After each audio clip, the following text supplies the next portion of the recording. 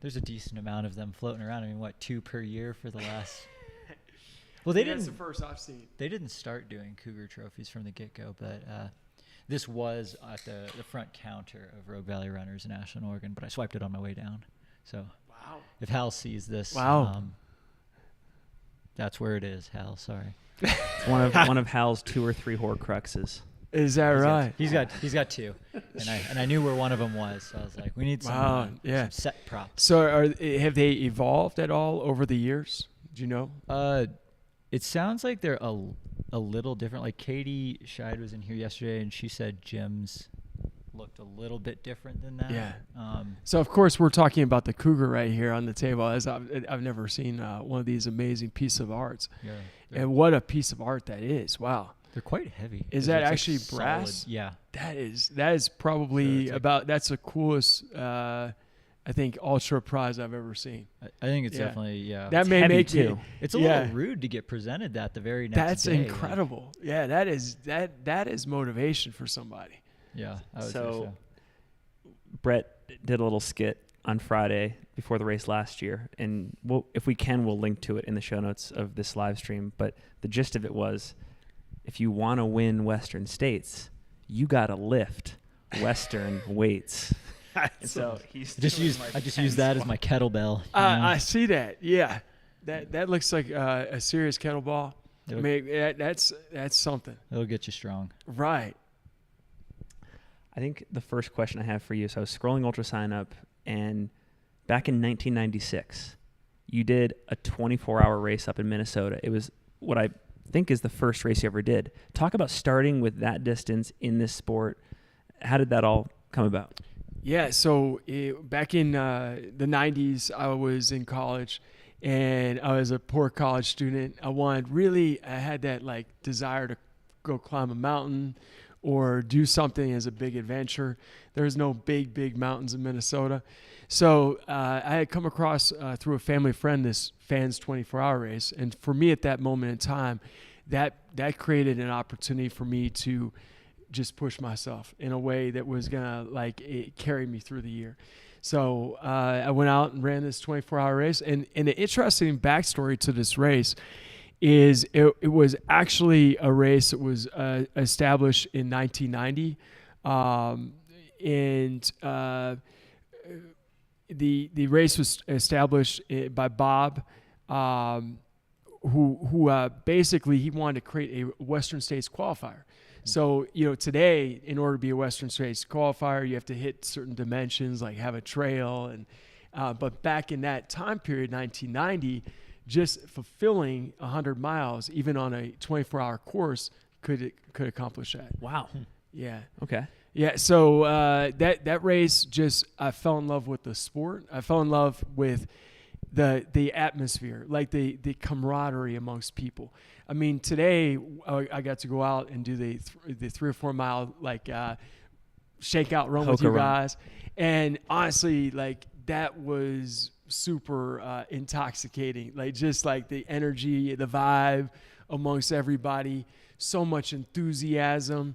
So it just elevated my incitement even more to be here. Yeah, the Western States, the magic is in full force now. We're definitely inching ever so closer to the start line. Absolutely. Yeah, so if I could also Bob Fowley actually started this race back in 1990, the fans race, and unfortunately he passed away just about 2 weeks ago, at the young age of 68.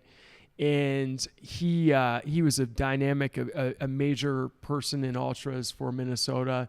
I mean, Courtney Dauwalter had done his race also with the Fans 24-hour race, and has the course record for women.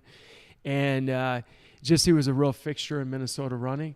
And so he actually never got to come and run Western States because he would have ran it. He had 2 tickets in at that time. They had if you didn't get selected the 2 times, you get in the 3rd time. But at that point, he was committed to the fans race, which happened on the same day, same weekend. So I kind of feel like a little bit of carrying Bob's energy into running with that race. spirit. Yeah, absolutely. Very cool. A lot of people know you, or you came on a lot of people's radars because you've just been so good at this backyard ultra distance in Big's backyard. And what was it, 450 miles? Yeah, it was 450. I'm sure you've been asked this question a lot, but what makes you good at that particular event? Yeah, you personally. I think it's I like to be strong in a diversity of things. So I have my history was getting started in road races. So I did the 24-hour races for many years, but I also had like trail races in Ohio. And I think a lot of people underestimated me. Like the first time I went to Biggs, people were like, "There's no way Harvey will be even in the final 10 runners," because they didn't know I also like to run trails.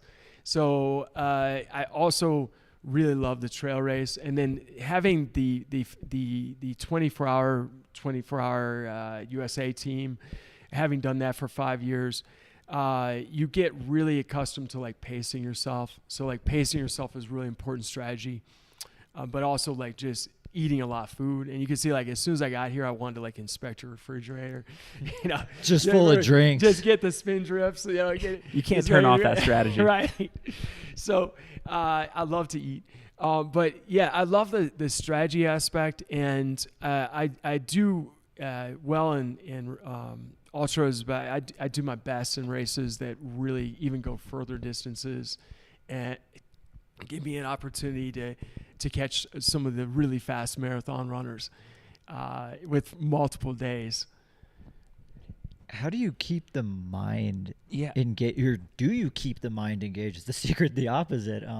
What kind of space like mentally do you end up being in? When we're talking like 4th, 5th, 6th day out there. I love competitive spirit. Like, I mean, I feel like that's something that it drives us. We love to compete with ourselves. We compete with other people. There's definitely an energy flow to that. But like coming here to Western States is like what I see the trees, I see the mountains. I feel like the energy like that is in the nature. And so like I don't get so entirely cemented with like where am I in the position of the race, but I kind of like get myself lost in the positive energy of like the people there, the nature. And so being in Biggs, like if you can keep that positive like energy going, I mean, there's times where I'm like feeling rough, and there's times where I feel like maybe I have no idea how much longer I can survive. But if I can keep myself in that positive like mindset and like find those other reasons why I'm happy to be there, then it's easier to move forward. At the last one you did, Eeyore Varies had that amazing assist, right? Like you guys kind of went the distance together. Yeah. At what point in that do you just stop verbally communicating? Or were you trying to have conversations, 90 hours into the thing? Like, talk about that. Yeah. Well, first off, Eeyore is absolutely an absolutely phenomenal runner and a really amazing human being. So I didn't really know him at all. We had done the Canadian Death Race up in Canada, which was a beautiful race in Alberta, and it's absolutely underrated, amazing race. We'll pump it here, Canadian Death Race. That is a sweet race. And he beat me by about 2 hours in that race. So I knew that he's a monster runner, and he's totally underscored. Like people don't realize. I mean, he finished Barkley first this year. I mean, it kind of tells you how strong of a runner he is on his first time running the race. Yeah. So, I mean, Eeyore is really such an incredible racer. But it was easy to get caught up in early on the first day or two, like chatting with people. But beyond that, you kind of have little like chit chat once in a while. Like you may say a couple things here and there. It's not like you're trying to ignore people, but you really kind of get into like a focus. So like on the trail especially, you're constantly like scanning, and on like the fifth day especially, I like would fall down like a few times. And so I'm just trying to fall and not break anything. So I was kind of trying to concentrate a little bit more. But on the nighttime, it helps you to stay awake. So we had a team. I kind of like got a group of 8 of us to run together to make it through the third night. And I found like, for me, I was leading the team. I was like, okay, we're going to run another quarter mile, and then we're going to walk for like 40 seconds, and then we're going to start running again. But for me, that helped me too to keep me away by talking to like the different runners that were out there.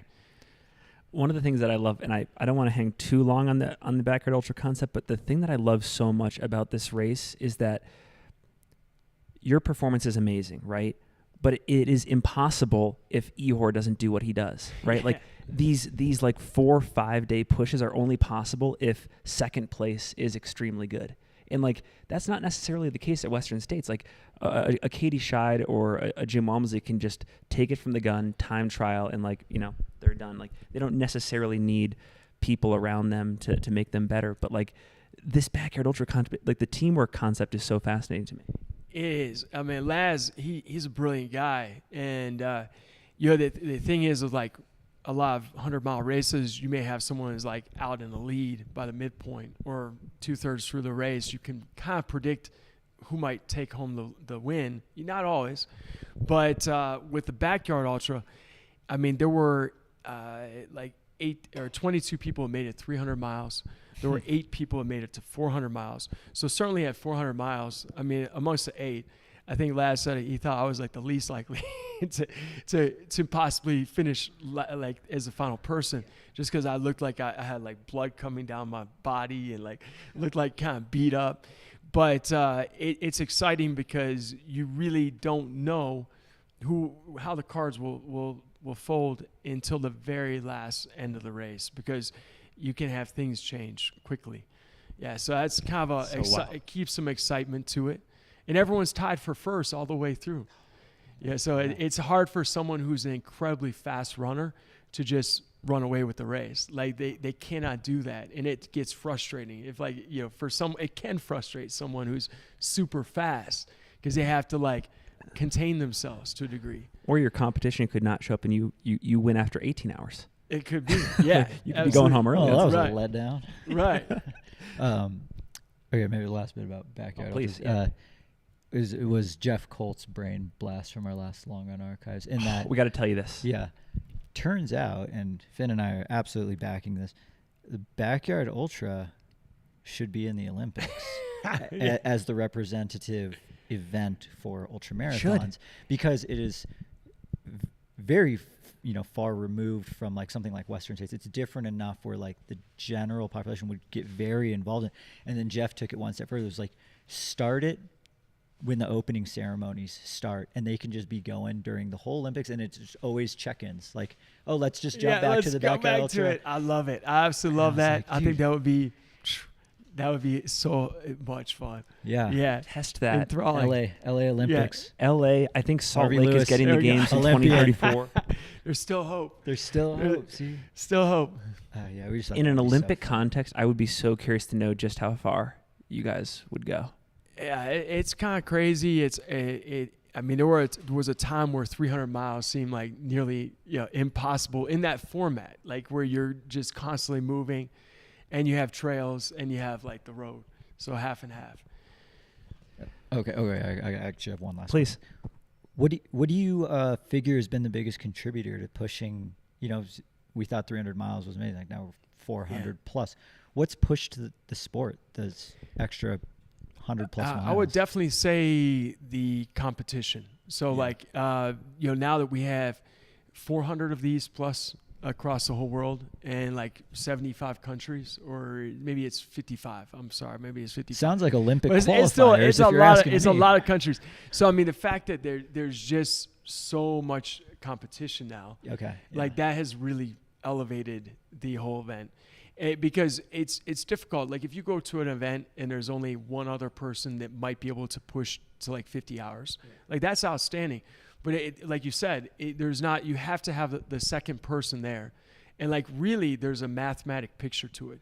So like the more people that make it to 300 miles, increases the number of people who make it to 400 miles, increase it. So the more people making it to each position, even from the very first people to drop out, that affects the outcome of the final person, which it doesn't seem like that's like the reality, but it is. Like, so even the runners that are in the first 10 or 15% to drop out, they also influence the final outcome of how far the race goes.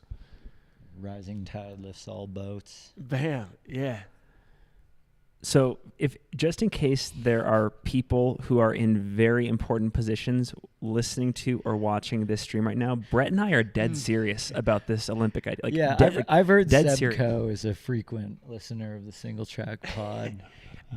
I'm ready for I'm ready for ultras to get into Olympics.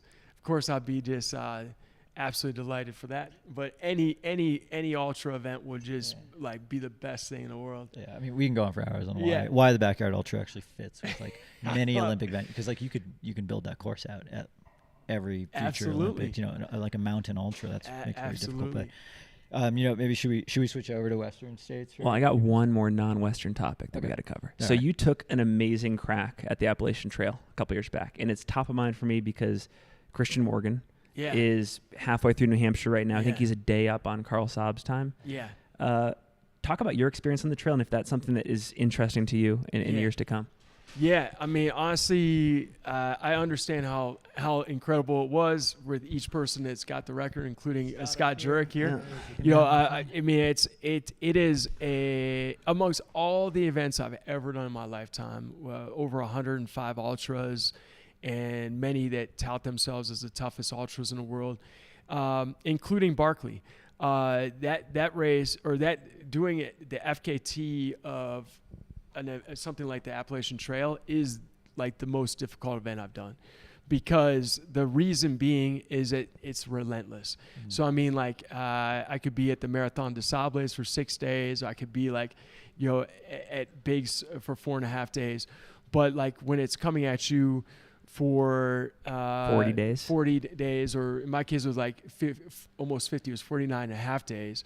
And maybe part of that was because I got injured twice on it. So like maybe if I didn't get injured, I wouldn't feel the same way about that.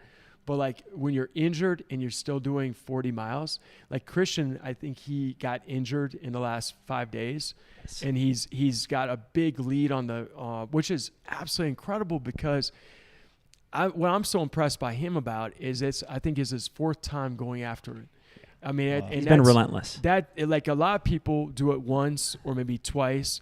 Carl, I think he did it 3 times. Yep. But I mean, that's how you do things. Like if you really want it, if you really want something badly enough, you have to I'm going to keep going after it again and again and again.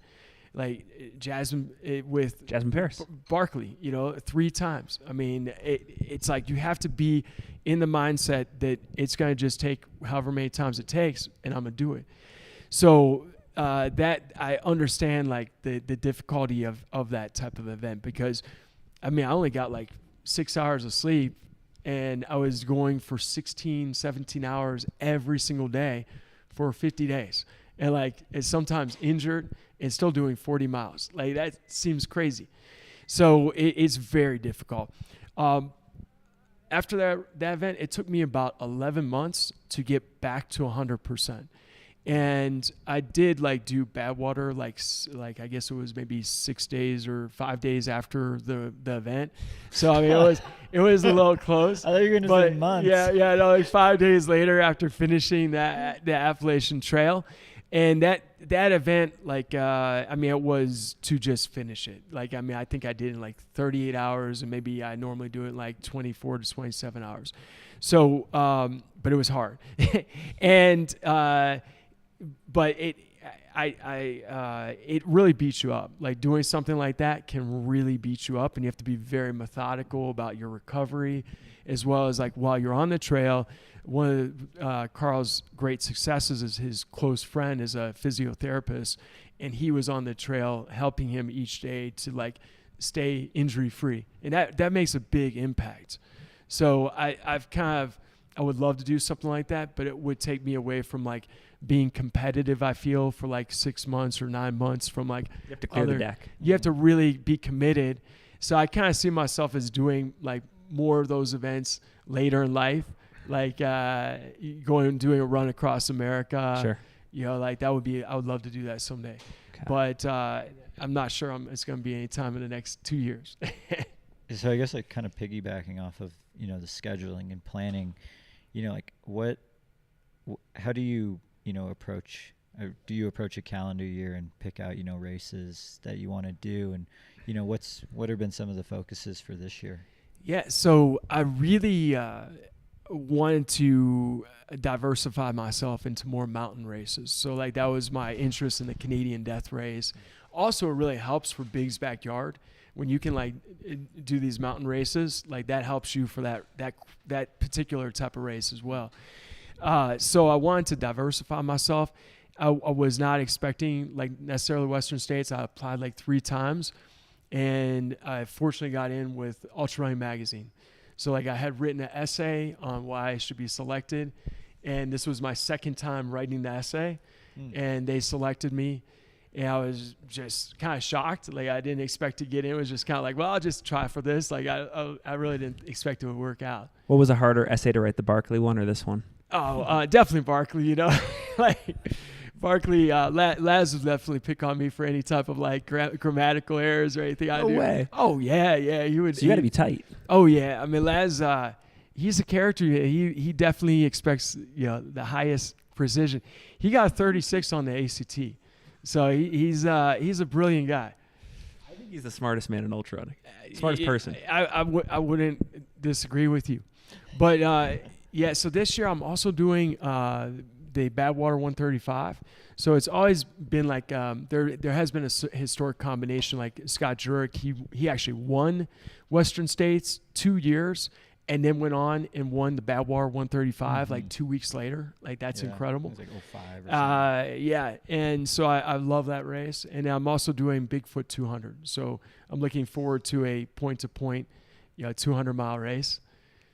But I like to typically do 1 or 2 races that I like go back to every year. Mm-hmm. It's kind of like a annual pilgrimage, and I like to do at least a couple new races every year that challenge you in some new way in terms of like your skill set or what you're accustomed to. What'd you write about in your Western essay? Honestly, I wrote about that I've been running ultras for 28 years. It's crazy, 28 years. And I've never ran Western States. Okay, that was going to be one of my next questions. Yeah, I never ran it. So it was always kind of like on the back burner because I've been doing Badwater the last 13 years. So that was like my prime race. And about 4 years ago, I started applying. So I said like, well, maybe I will get in like by the time I'm like 55 or something like that, or 60, who knows, way down the road. But I would love to have the opportunity to run the race while I'm still somewhat competitive in this domain, and like have an opportunity, like push myself, see how far I can go in the race. What does a successful Western States look like for you this weekend? Well, this prize here looks pretty amazing. Yeah, like cool. I might have to up my level. No, yeah. My level of that would be a big reach, especially coming from Ohio. But Arlen Glick almost did it. No, Arlen came in third, and that he was representing Ohio damn well. Yeah, I love Arlen. But for me, I would say number one most successful thing to pull out of this race would be to have fun, to like not lose sight of like this moment. Like it's easy to get caught up in like, I'm at 80 miles. I just want to be finished. It's 20. Like, you start thinking sometimes as a runner, you can start to think, I just want to be, at that next point, and like you kind of rushing yourself through the race. Versus like adapting like the Courtney Dauwalter, like you become one with the pain cave, and appreciate where you are in that moment in time, because that's a special moment in time that I will never experience again. And I don't know if I'll ever have the opportunity to come back to Western States. I mean, I would absolutely love to, but I think next year there'll be more than 10,000 people applying for the race. And like, I have no idea what tomorrow will bring. So the opportunity to savor this experience, like from where we are right in this moment to the finish and beyond, that's going to be the absolute like cake to me. But then I'd love to run the best possible race I can run, so to finish, to somehow, reach into like that, close to that top 10 would be an A goal.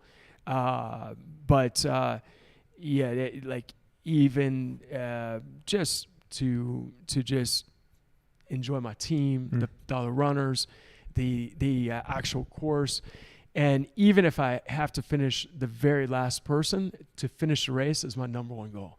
Yeah. So hopefully you guys aren't cheering me along. Harvey, you got like 1 minute to go to finish this race. But, hey, I'm going to be so thrilled to be there cheering people on at that golden hour. And, I think that's probably one of the things I'm most excited about, seeing the people finish as well. It is pretty magical, that golden hour. And, yeah, getting to witness it in person, it's just one of the most unique things you'll ever see in running is the Western States Golden Hour. I think we have some people in the chat that appreciate your endurance, and Versteeg's Sandals asks you, any chance Harvey turns around at the track and runs back to the start? Well, I don't know how the course people would feel about that. But it has I can't say it hasn't not passed my mind, yeah. Crossing the river that second time is no rope. Right. Honestly, I think just being out here, there's a part of me that just wants to set up camp up on the mountain and stay here year round. Honestly, I could say that, and I'm definitely. I know I only get one go at this for some time, so I'm gonna cherish each mile. At least I'm gonna tell myself that. When I'm going up from Devil's Thumb or whatever, or it's 92 degrees, I'm really feeling the poundage pushing down my shoulders. I'm gonna aim to remind myself of that. Western States has always been, looked at as, a pretty good-sized puzzle. There's so many different elements of it. Are there any particular pieces of this puzzle that you are more intrigued about? Yeah, I love that aspect, and that's one of the things I was talking about. I like going to races that challenge me in a new way, and so Western States offers that. The heat, that we're expecting maybe 92 degrees, and then at the start on Saturday it's going to be possibly 46. I mean, so it's really incredible to go from 46 degrees to 92 degrees in a matter of 5 hours or 8 hours. I mean, that's really quite amazing. I tend to I love the heat. I like heat races, but I also understand that when you have that 90 degrees, it affects everyone. So, I mean, you just can't deny that it's going to impact how you feel when you're moving up or down the mountain. So I think regulating your temperature best you can, that's going to be something that I won't have, I will have crew, but you have to do a lot of things on your own as well. You have to constantly be thinking on your own. And you can't have, I may have crew at 5 or 6 spots, but I have to remind myself hey, make sure at this aid station I get some ice, put the ice bandana on, take care of what you can take care of. And the downhills. So, I mean, I noticed I went out to the training camp in May, and honestly, that was one of the coolest ultra experiences I've had. It's one of the most fun weekends of the year, yeah. It's almost as good as the race. I mean, honestly, it was really, really neat. And what I loved about it, I mean, I think a lot of people don't know about this. And so I don't know if we should give away the whole secret. But, the thing that's neat is anyone can come to that. You don't have to be someone running the race. And it's relatively inexpensive. I mean, it's great bang for your buck. You have the massage tables, food. I mean, honestly, free massage. Those guys were phenomenal. The day 2 barbecue. Oh my God, yeah, they had vegan burgers. Even for me, I was like, oh, this is excellent. And it was a lot of fun to stop and just take photographs. I mean, there were a small group of people that were kind of treating it more like I'm gonna run. I want to run in the very front. But I was just gonna sit back and take some pictures. But the second day I ran with the lead women, and they definitely give me a good beat up. I got my quads that later that day, I felt oh man. So the last month I've been focusing more on the downhills, and I feel that's a unique aspect to this race, is that there's just so much 22,000 feet of descent. That's something that is sort of unique in a race. You got more net descent than you do climb. And coming from the Midwest is a sort of, a flatlander, I guess you could say. It's a little bit challenging. My 320-foot climb, it repeats. They don't really match up, because when you have 13 miles where you're dropping, was it 3,000 feet or is it 2,500? Like Robinson Flat to Swinging Bridge. It's how much is that? Is that like 3,000? 6,500 feet at Robinson Flat. And I think you do drop about 3,000. You go under 3,000. 2,000 feet in the first 11 miles, and then like another 1,500 in the next mile and a half. Right, and it's so easy. You could easily just cruise down that, like maybe I could cruise down like a 7-minute pace, or just be like kind of mellow. But then you don't realize that you really can like bang up your quads by taking those areas that seem so fluid like too quickly. Yeah. So that aspect is going to be a bit tricky, like I feel.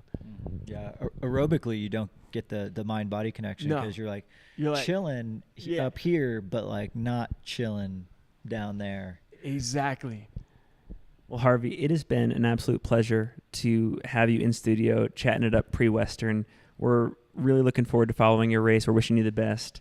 Do you have any final thoughts that you want to share with viewers and listeners before we go? Just it's an honor to be out here to Western States. Thank you so much for you guys. I mean, having an opportunity to come out and chat with you is going to add some added energy to my force. And I just this is an iconic race. You know what I mean? Like if you look at the world and then the races out there, this race just has so much history. So it's just an absolute joy to be included in the 375 runners racing this week. So thank you so very much.